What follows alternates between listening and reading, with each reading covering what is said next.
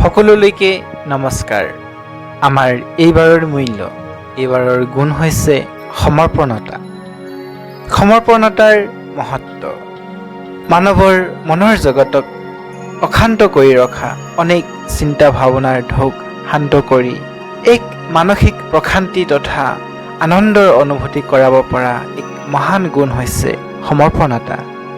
ঈশ্বৰ, ধৰ্ম আৰু নিয়তিৰ ওপৰত বিশ্বাস ৰাখি যি ব্যক্তিয়ে সমৰ্পিত মন বুদ্ধিৰে উমং উৎসাহেৰে সৈতে নিজৰ কাৰ্যত নিমগ্ন হয়, তেওঁ এক অদ্ভুত মানসিক তৃপ্তি অনুভৱ কৰে।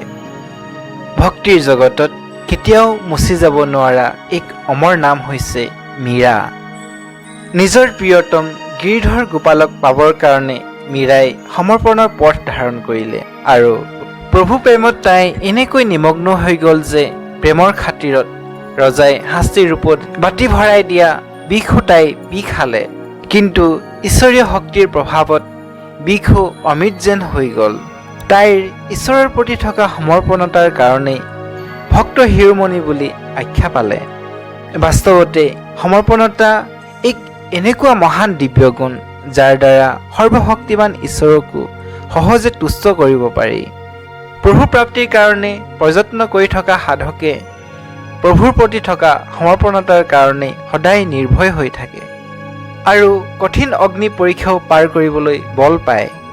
মানৱে জ্ঞান, ইচ্ছা আৰু অনুৰাগ অনুসাৰে ঈশ্বৰ কোনো ব্যক্তি নাইবা কৰ্মৰ প্ৰতি মন বুদ্ধিৰে সমৰ্পিত হয়।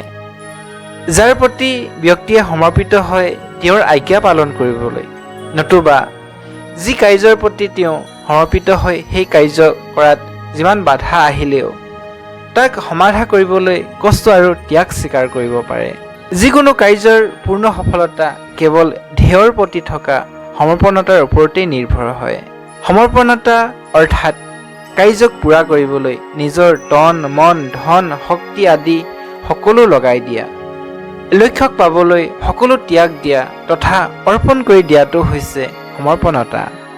প্ৰভু প্ৰাপ্তিৰ কাৰণে নিজৰ সৰ্বস্বক মন বুদ্ধিৰ দ্বাৰা ঈশ্বৰৰ ওচৰত সমৰ্পণ কৰি দিয়া তথা ঈশ্বৰক সকলোৰে মালিক মানি ঈশ্বৰ প্ৰাপ্তিৰ কাৰণে যত্ন কৰি থকাটো হৈছে ঈশ্বৰৰ প্ৰতি সমৰ্পণতা।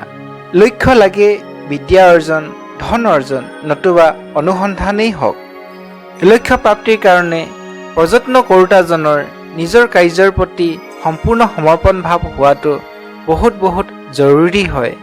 সাধকৰ সাধনাৰ প্ৰতি, বিদ্যাৰ্থীৰ পঢ়া শুনা বা অধ্যয়নৰ প্ৰতি, কৰ্মচাৰীৰ কৰ্মৰ প্ৰতি সমৰ্পণ হোৱাটো অতি প্ৰয়োজন হয়।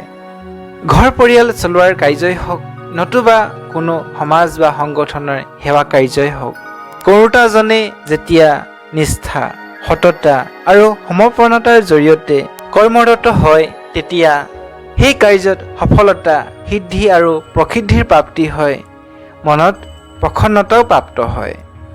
বাস্তৱতে সমৰ্পণতা সেই সিদ্ধি হয় যি বিপৰীত বা প্ৰতিকূল পৰিস্থিতিৰ লগত যুঁজিবলৈ আন্তৰিক শক্তি দিয়ে, যাৰ দ্বাৰা কৰ্মঠতা, পৰিশ্ৰম, লগন বা তন্ময়তা, অক্লান্ততা বা ভাগৰবিহীন আদি গুণসমূহৰো জন্ম হয়। এই গুণসমূহৰ সহায়ত কাৰ্য সহজতে সম্পূৰ্ণ হ'ব পাৰে।